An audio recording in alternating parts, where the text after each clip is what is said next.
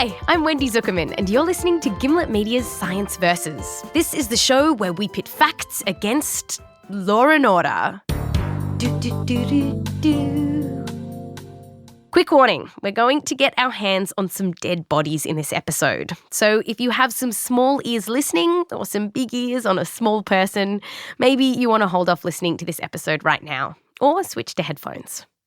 This is part 2 of our episode on forensic science. In part 1, we looked at areas of forensic science that have been used for decades. These include bite marks, fingerprints, and microscopic hair analysis. So if you haven't heard that one, we recommend that you go back and have a listen. Now, in this episode, we're looking at forensic science that has just started entering the courtroom and putting people behind bars. Forensic science that is pushing the boundaries of what's technologically possible. To explore these new emerging sciences, we're going to dive into 2 high-profile cases that you might have heard of. First, we'll look at the Amanda Knox trial to explore the emerging problems with DNA evidence. And then we'll look at the Casey Anthony trial to investigate cutting-edge science into the smell of death. Yep, you heard me right. The smell of death. When it comes to whodunit, everyone has an opinion, but then there's science. My producer Kaitlyn Sawrey and I headed to Texas to meet some researchers that are working at the forefront of forensic science. Welcome to Texas. We're in Huntsville, about an hour's drive north of Houston, and dotted in the fields surrounding us are cows as well as 7 prisons, including one that houses inmates on death row. We're driving a little bit away from the main town, heading to a research facility run by Sam Houston State University. It's called a body farm, and it's where donated dead bodies are carefully laid on the ground outside so that scientists can watch as the corpses break down. Kaitlyn was a little nervous. It's like we've just driven into a horror film. Come on. No, but it is. Like, look at all these like cute little houses. There's mist in the air, and we're on a road towards a body farm. It's a bit creepy. You are absolutely reading into this. This is just a small town. We're driving to our deaths. Dead end. We are literally seeing a sign that says dead end. You might want to slow down there. Yeah. No, this is a stop sign. The researchers at the body farm study the corpse's smell, skin, hair, nails and bones. Their findings are then used to help figure out what cops can tell from dead bodies at a crime scene. So what can we do for you? The head of this research facility is Dr. Joan Bytheway, and we met her in a room full of bones, carefully put away in little drawers. Doesn't it smell good? What is that smell? Just from the bones, and yeah, that's what it smells like. It's a wonderful space in here. Joan wore bright pink scrubs. Her glasses chains were sparkling with little beads. Joan was training to become a hairdresser before she completely switched gears, eventually doing a PhD in anthropology and ending up here. Joan took us on a tour of where the bodies are being left to rot. Hayley Dodd and Kevin Durr, who work with her, came along for the ride. My rule that I always have when I come out here is I always bring gloves. Always, because you never know. You never know. This facility is surrounded by a high metal fence with razor wire running along the top, kind of like how you see at prisons. The vultures have heard us approaching and cleared off for the moment.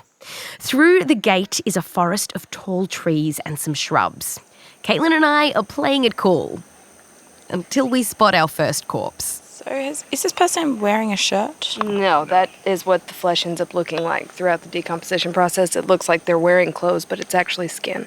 It's desiccated skin, so it's lost all of its moisture, and it's incredibly tough when it's in that state. Incredibly tough, and that skin can last like that for years. We've counted it out here. Most of the bodies we're looking at today have been decomposing for at least a couple of months. They are stretched out like starfish. Joan tells us that you could find a lot of evidence on a body like this if it was at a crime scene, including, say, the DNA of a perpetrator. Let's say that this individual had physically tried to defend herself and she had DNA under her nails. you could potentially, because the nails are very resilient. I mean, they will stay on the hands and feet, and you could potentially use that to collect DNA. But when you scrape under the fingernails of a victim looking for a perpetrator's DNA, there tends to be only a small amount of DNA to work with. Over the last decade or so, scientists have become much better at analysing that small amount of DNA, which, by the way, is called trace DNA. And it can be found in the handful of cells that you shed when you sweat, cough, or even just touch a doorknob. And trace DNA is the first type of forensic science that we're diving into today. We're asking, how reliable is the evidence that we get from trace DNA?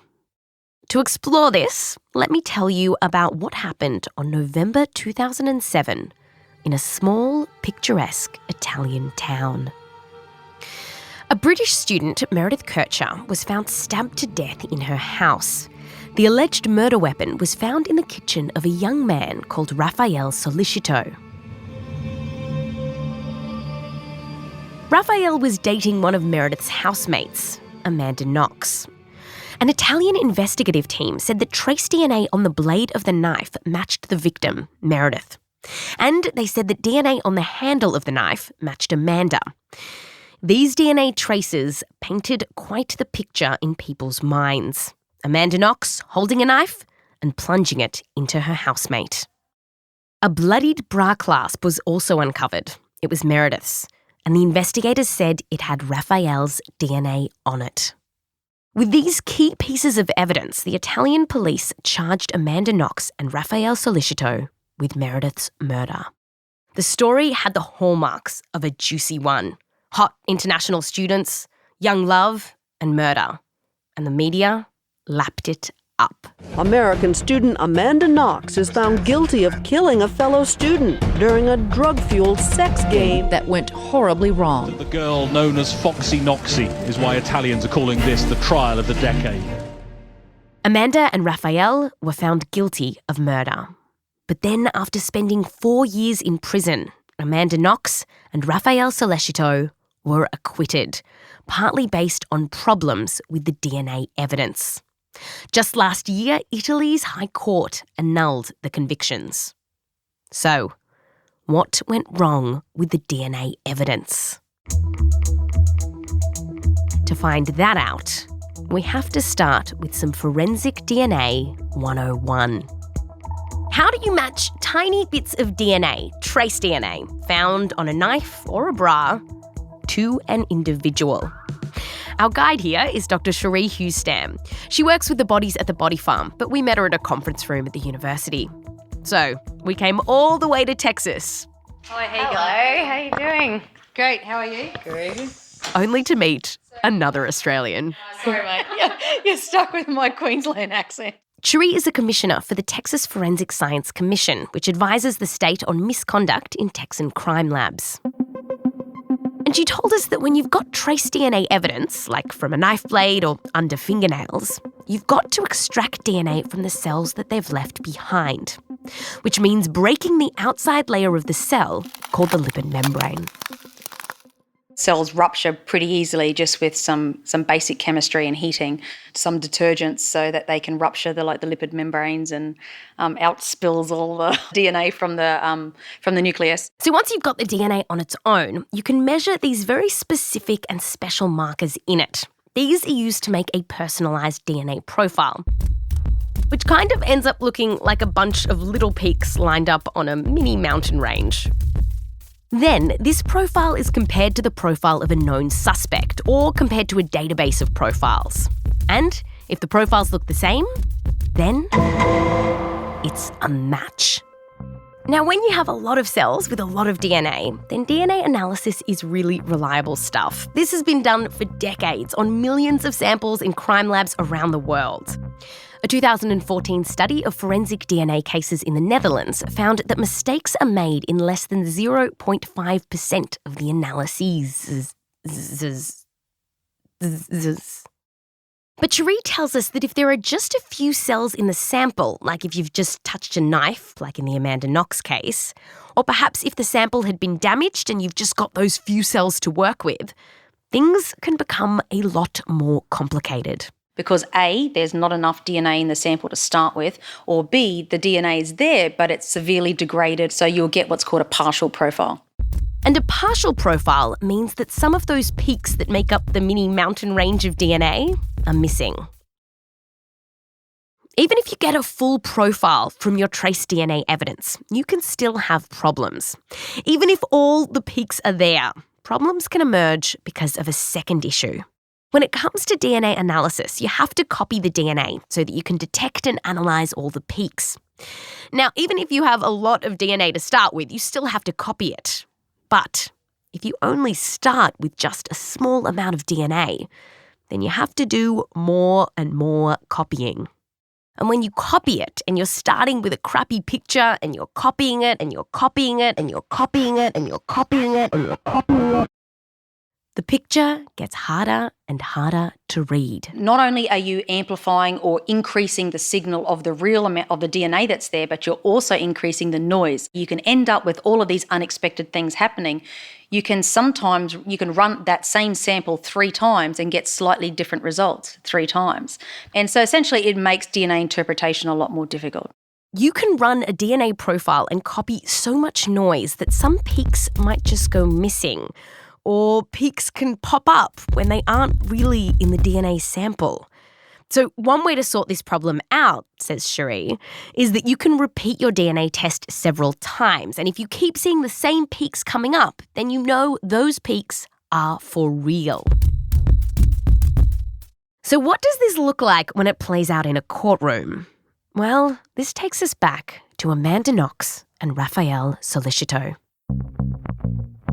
To recap, the analyst who looked at this case originally said that the knife, the alleged murder weapon which was found in Raphael's place, had DNA on it. From Meredith Kershaw, the victim, and Amanda Knox, the alleged murderer. But 2 years later, the independent analysts who re-examined the evidence of this case said that they couldn't conclude that Meredith's DNA was on the knife. So how did they get different answers? Well, what was found on that knife were only tiny, tiny bits of DNA. This was trace DNA. And remember what Sheree said about needing to repeat the matching experiments several times when the samples are small so that you can keep seeing the same peaks coming up over and over again? Well, the first analyst in the Amanda Knox case was asked how many times she repeated her test.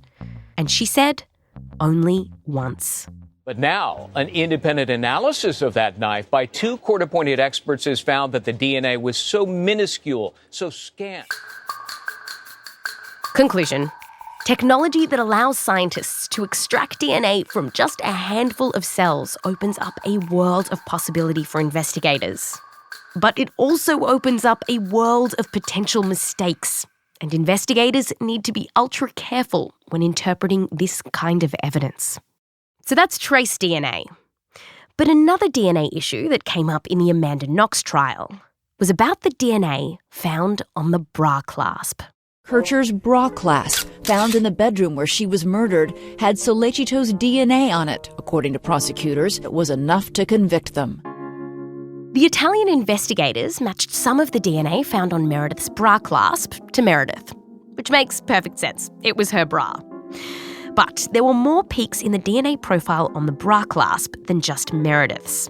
And these extra peaks, the investigators said, matched Raphael.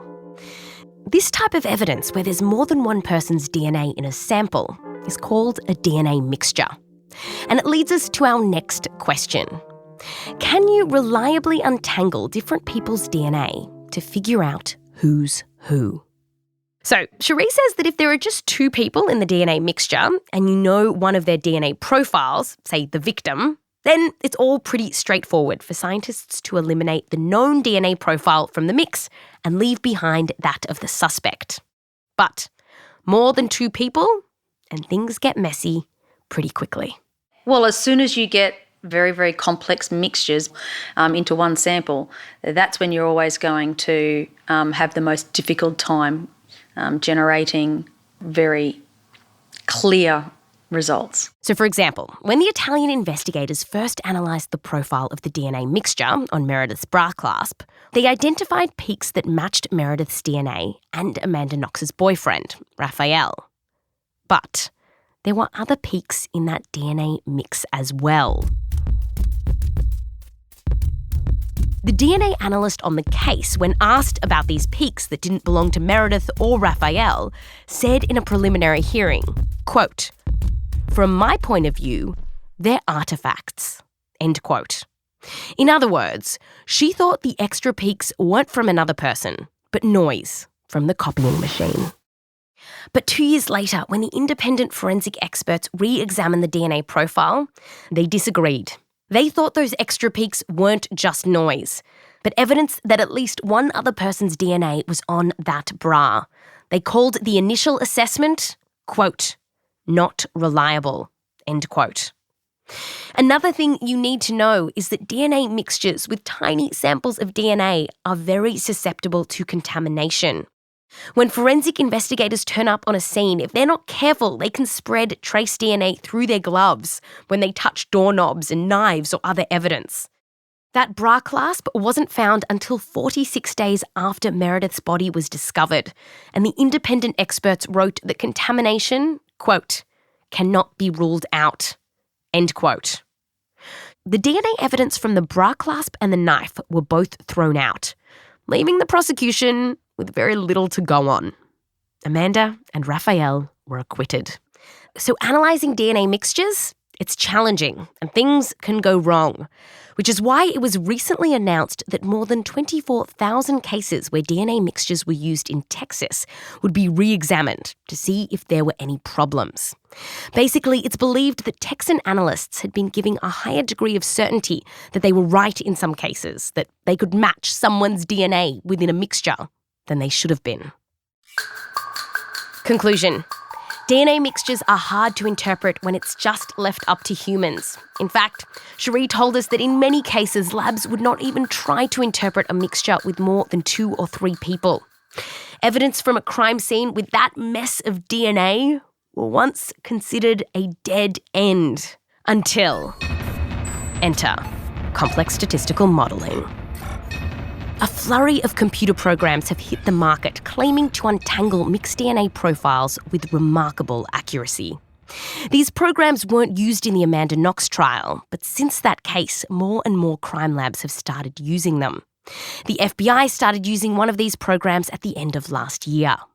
All of these programs have technical-sounding names like Armed Expert, True Allele, Lab Retriever, FST, and my personal favourite, Forenzim. One of the biggest programs in the business is StarMix. It was partly developed in New Zealand. StarMix assists with the rapid interpretation of complex DNA profiles. It does so by combining the most modern of sophisticated models to interpret profiles in just minutes on a user's PC. StarMix. Resolve more DNA mixtures.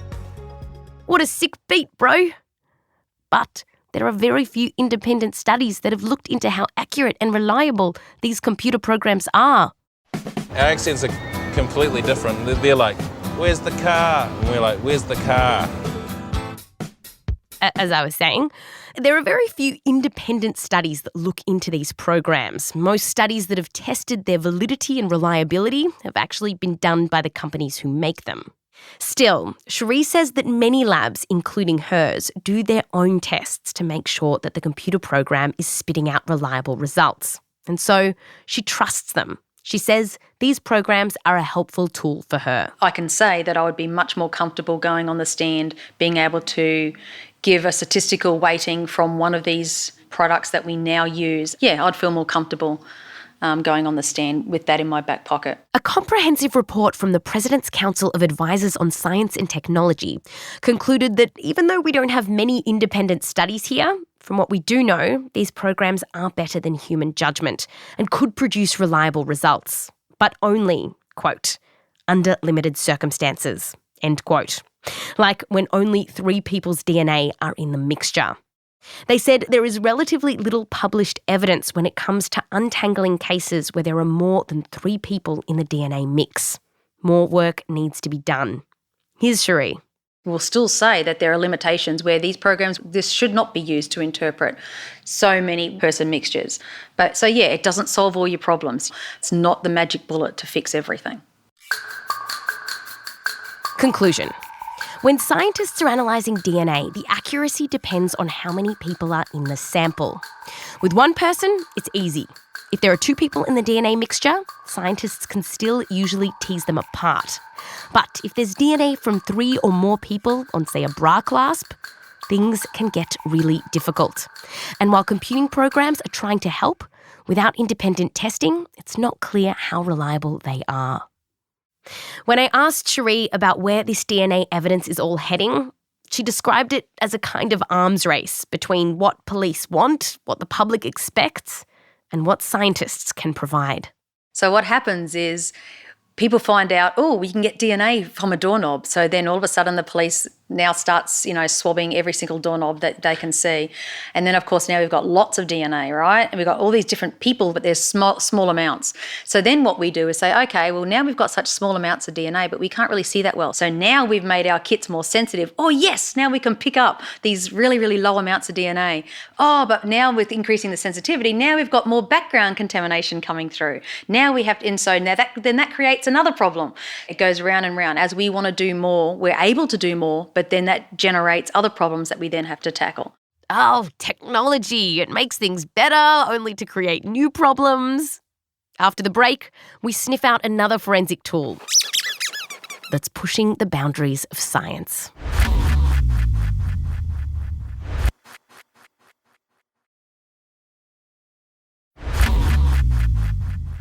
Welcome back to Science Versus. Okay, so we've solved the case of Amanda Knox. You're welcome. Now, let's sleuth another incredibly high-profile court case, the Casey Anthony trial. This trial partly hinged on the ability to smell death. For everyone outside of North America, or if you were just listening to Firework on repeat for the entirety of 2011, as you shoot across the sky. The Casey Anthony trial was one of the biggest courtroom dramas in America this decade. Time magazine called it the social media trial of the century. And it all focused around a young mother accused of killing her 2-year-old child. Some very troubling questions today in that Florida courtroom where Casey Anthony sits on trial, accused of killing her own little girl, Kaylee.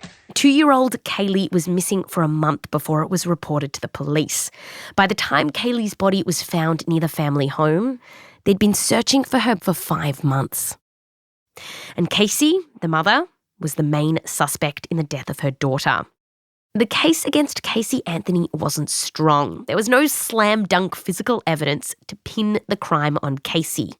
And so the prosecutors brought in some evidence at the edge of science, including the alleged scent of a decomposing body in the trunk of Casey's car.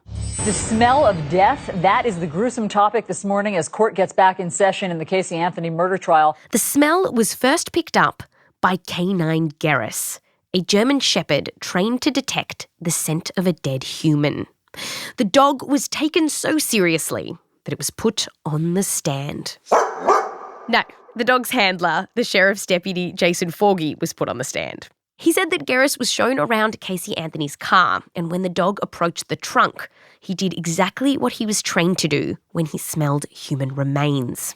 Gerris comes out of the trunk with his front paws, comes out of the trunk to the right rear passenger taillight bumper area, and gives me a final trained alert. He goes into a down position. The final trained alert to indicate that the trunk had a dead body inside.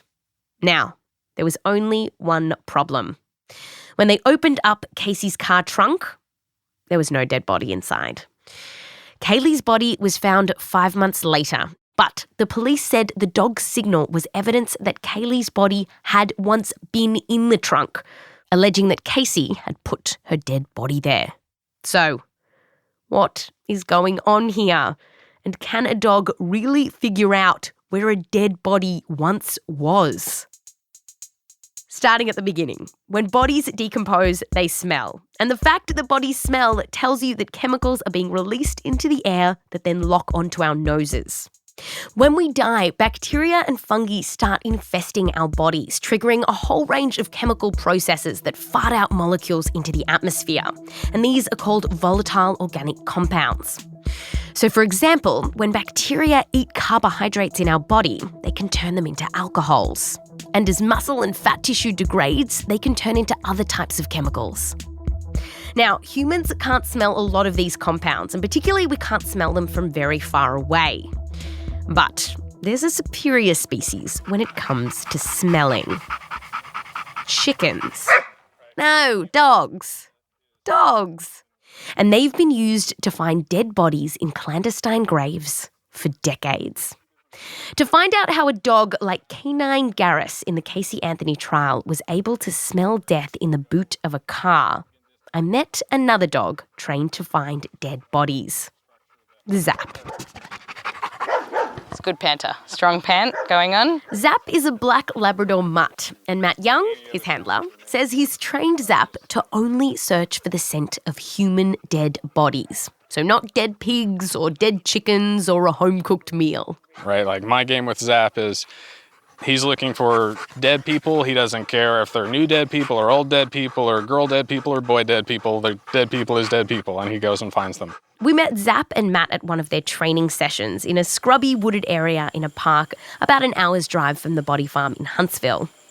The fireflies were out and the moon was starting to rise, and Matt had hidden some human placenta in the long grass around the park. Ready to work? Zap had to find it. Zap, busca. Yes, he said busca. Zap speaks Spanish so that Matt doesn't accidentally give him commands when he's talking. So Matt releases Zap and he runs straight for the patch of grass and starts barking. Matt digs into the grass and voila, the human placenta wrapped in plastic is revealed. Good dog. Oh, good dog. Now Zap doesn't care if he's solving crimes or finding human remains. He's really only after one thing. A squeaky toy. To train Zap to zoom in on human remains, Matt also hides animal decoys like dead pigs in the park. Now, if Zap barks when he goes to the pigs but not the human remains, he doesn't get his toy. Zap is so well trained that at one time he even smelled out a body that had been dead and buried for 18 years. But there's not a lot of research when it comes to how reliable these dogs are. A 2012 paper found that the scientific literature on the capability of dogs trained to find human remains was, quote, sparse, end quote. Still, it's pretty easy to tell if a dog can find a body because the dog barks and voila, the body is there. But using dogs the way Canine Garris was used in the Casey Anthony trial to find where a body maybe once was, that's something harder to track. For one, handlers can affect what their dogs do. Researchers have found that when the handlers think they know where a target is, it can influence their dog's behaviour. It's something that Matt is keenly aware of. He has to be very careful with his body language because the slightest movement can give the game away. Like if Matt knows where the placenta is and then with his body language accidentally gives away what he wants Zap to do. Like you're now just standing there leering at your dog and your dog's like, oh, yeah, this is totally it. Which means the dog isn't necessarily smelling death, it's just reading its handler. Now, this issue came up in the Casey Anthony trial because the defence argued that the dog handler might have given Canine Garris some indication to do his gesture at the trunk of the car. Now, since the police didn't videotape the search, the jury had no way of knowing what body language he was using and whether he did accidentally influence the behaviour of the dog. And the thing is, we can't ask the dogs. Did you smell a dead body? Why did you do what you just did? Zap, doing an interview. So when Zap indicates that he's found a dead body, he barks. But he's a dog. He barks at other stuff too. So what is he barking at now? Does he ever... barking at that other dog. He's super jealous. Can you tell the difference between a I'm jealous bark and a I found a dead body bark? No, I can't. I'm sure there is a difference, but to me, he's just a loud dog making a lot of noise. Now, whilst there isn't a lot of research in this area of dogs generally, there actually are a handful of studies on whether dogs could sniff out where a body used to be. And these studies do suggest that dogs might have this superpower. So in 2007, researchers in Hamburg placed 2 dead bodies on a carpet for a few minutes, and then they cut out the carpet and placed samples in glass jars. They then mixed those jars with other jars that were full of clean carpet.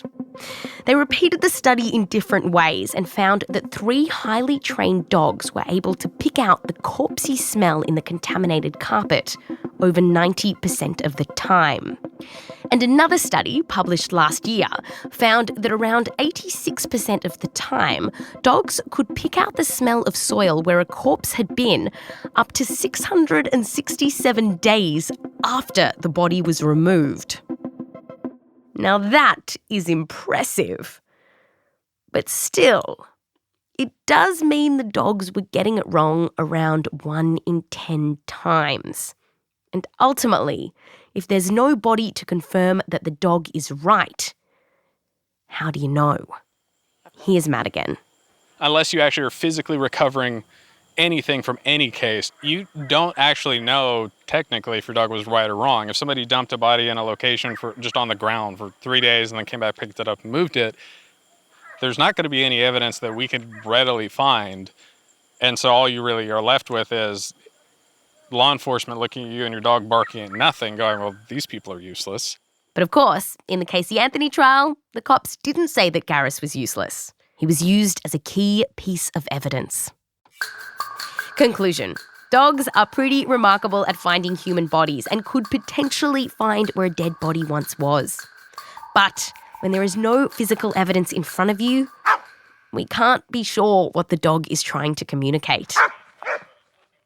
Which is why prosecutors brought in a human person in the Casey Anthony trial to back up what Canine Garris, the dog person, had signalled. An expert witness had never been allowed into a United States court to say that they could detect the smell of a decomposing body until, that is, Dr. Arpad Vass was called in as the smell of death expert to testify at the trial in 2011. Here he is on the stand describing his initial reaction when he smelt the air from the back of the trunk. Well, first I jumped back about 2 feet because the odor was pretty strong, but it was, to me, the smell of human decomposition.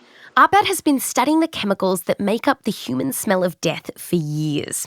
He worked at America's first body farm at the University of Tennessee and is one of the pioneers in this research field. That's why he was contacted during the Casey Anthony investigation. He was sent sections of the carpet lining of the trunk, and when he opened the evidence cans, there was a horrible odor coming from that. It was very characteristic, in my opinion, of human decomposition. He said it reminded him of something very specific. If you have a potato that's, in full rot, the potato is turning black and is squishy and fluids are draining from it.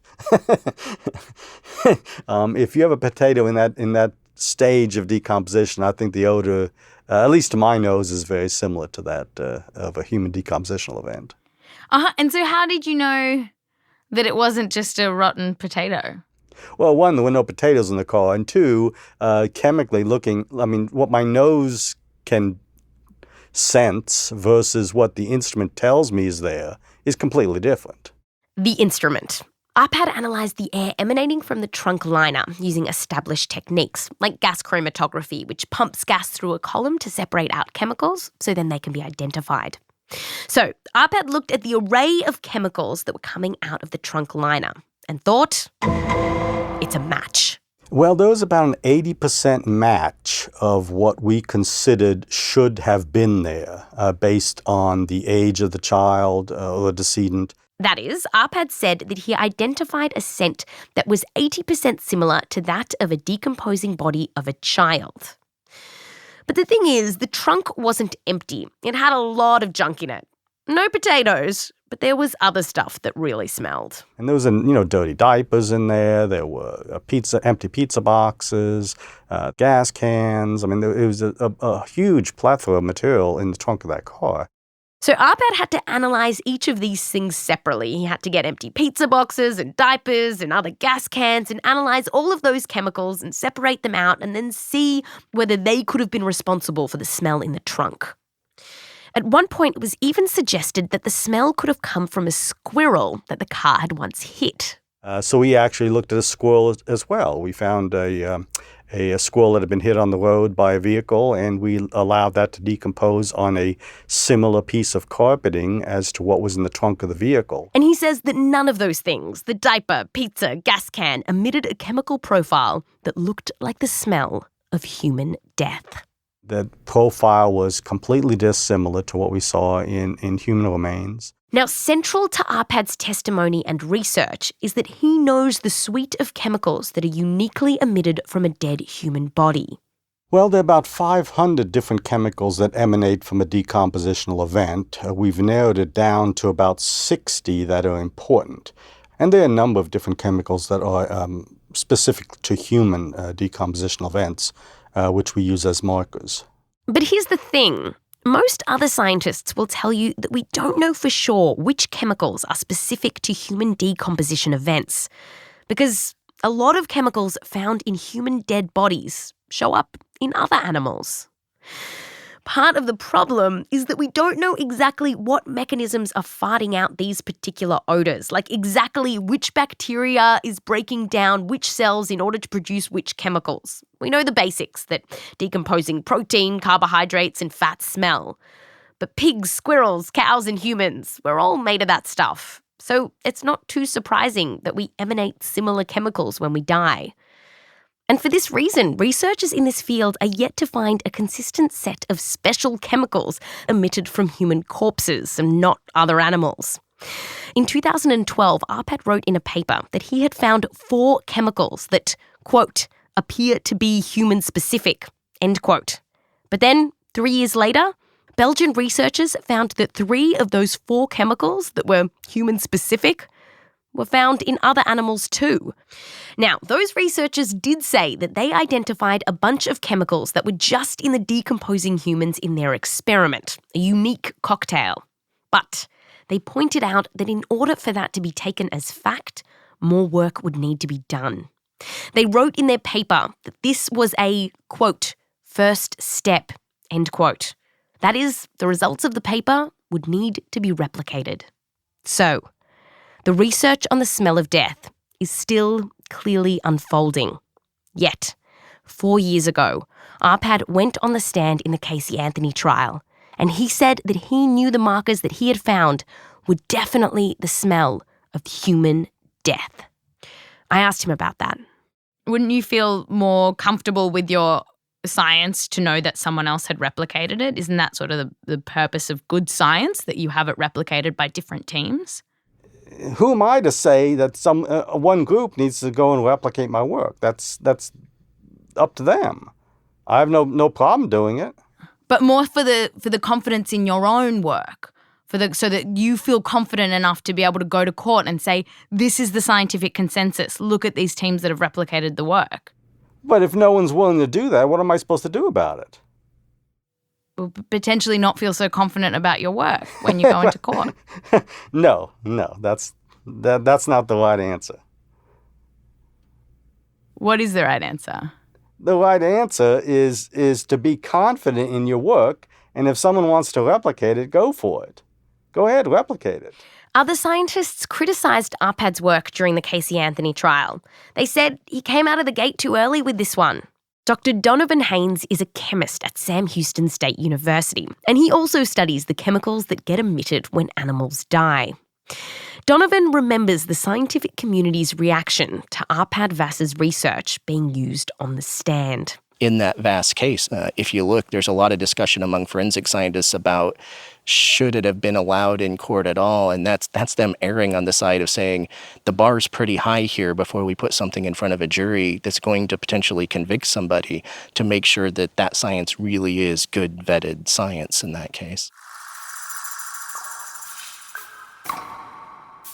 Why do you think that some in the forensic science community and some scientists were not happy with the testimony and with the research you presented in court? That's an interesting question. I really don't know the answer to that. Some of it possibly is jealousy. Some of it could be perhaps they've been working on it and couldn't come up with a suite of chemicals. I honestly don't know the answer to that. The jury in the Casey Anthony trial deliberated for 10 hours and 40 minutes before giving a verdict. State of Florida versus Casey Marie Anthony. As to the charge of first-degree murder, we, the jury, find the defendant not guilty, so say we all, dated at Orlando, Orange County, Florida. Conclusion. Using chemical analysis to detect where a dead body has been is in its very early stages of research. Currently, the studies are inconsistent, and there is not a reliable suite of chemicals that can be measured from decomposing human bodies. So when it comes to science versus emerging forensic sciences, do they stack up? When you have a single sample with a lot of DNA in it, the evidence here is solid. DNA analysis works and can reliably pin a perp to a crime. But when there is only a little bit of DNA evidence in your sample, only a few cells, the results can get less reliable. As you try to copy the DNA, noise gets in the analysis and it's harder to interpret.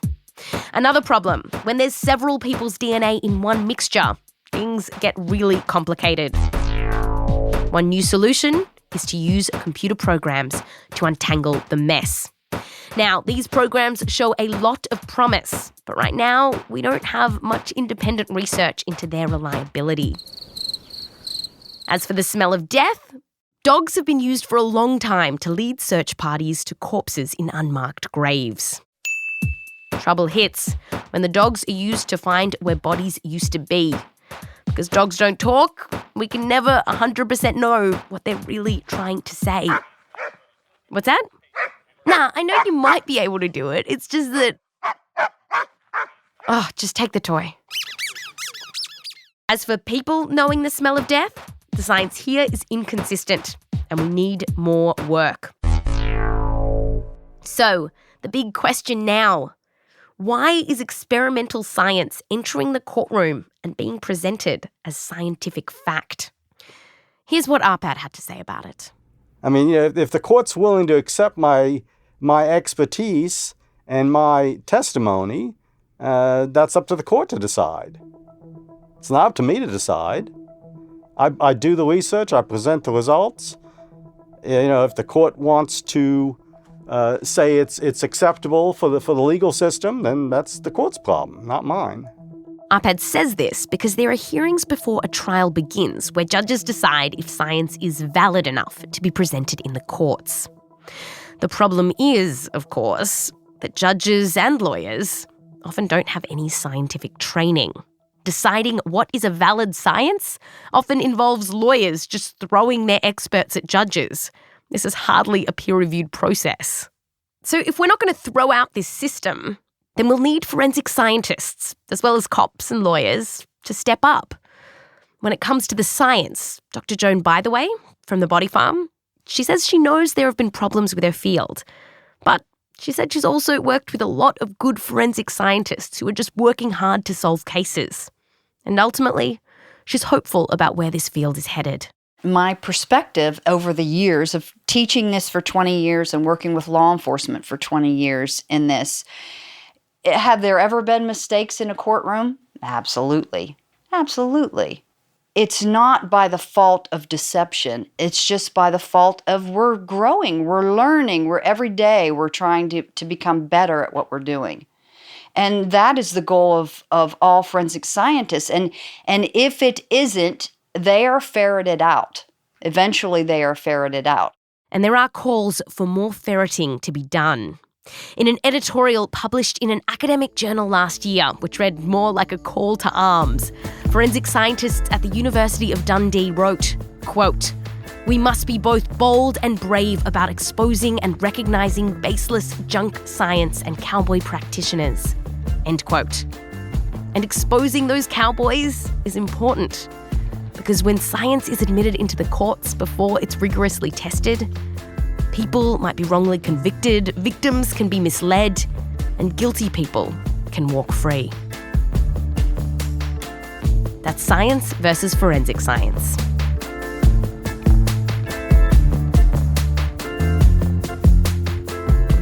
This episode has been produced by Diane Wu, Shruti Ravindran and Heather Rogers. Our senior producer is Kaitlyn Sawrey. Edited by Annie Rose Strasser and Caitlin Kenney. Fact-checking by Michelle Harris. And a big thanks to Joseph Lavelle Wilson, Will Doolan and Beth McMullen. Thank you for helping us out. Sound design and music production by Matthew Boll, mixed by Martin Peralta and Matthew Boll. Music written by Bobby Lord and Martin Peralta. Next week is our final episode for this season, and we're tackling antidepressants. Do they work any better than a dummy pill? Frog sperm and feathers and fur and spiders that were given as treatments that people would ingest, and if it didn't kill them, it might make them better. And that's part of the history of the placebo effect. I'm Wendy Zukerman. Back to you next time.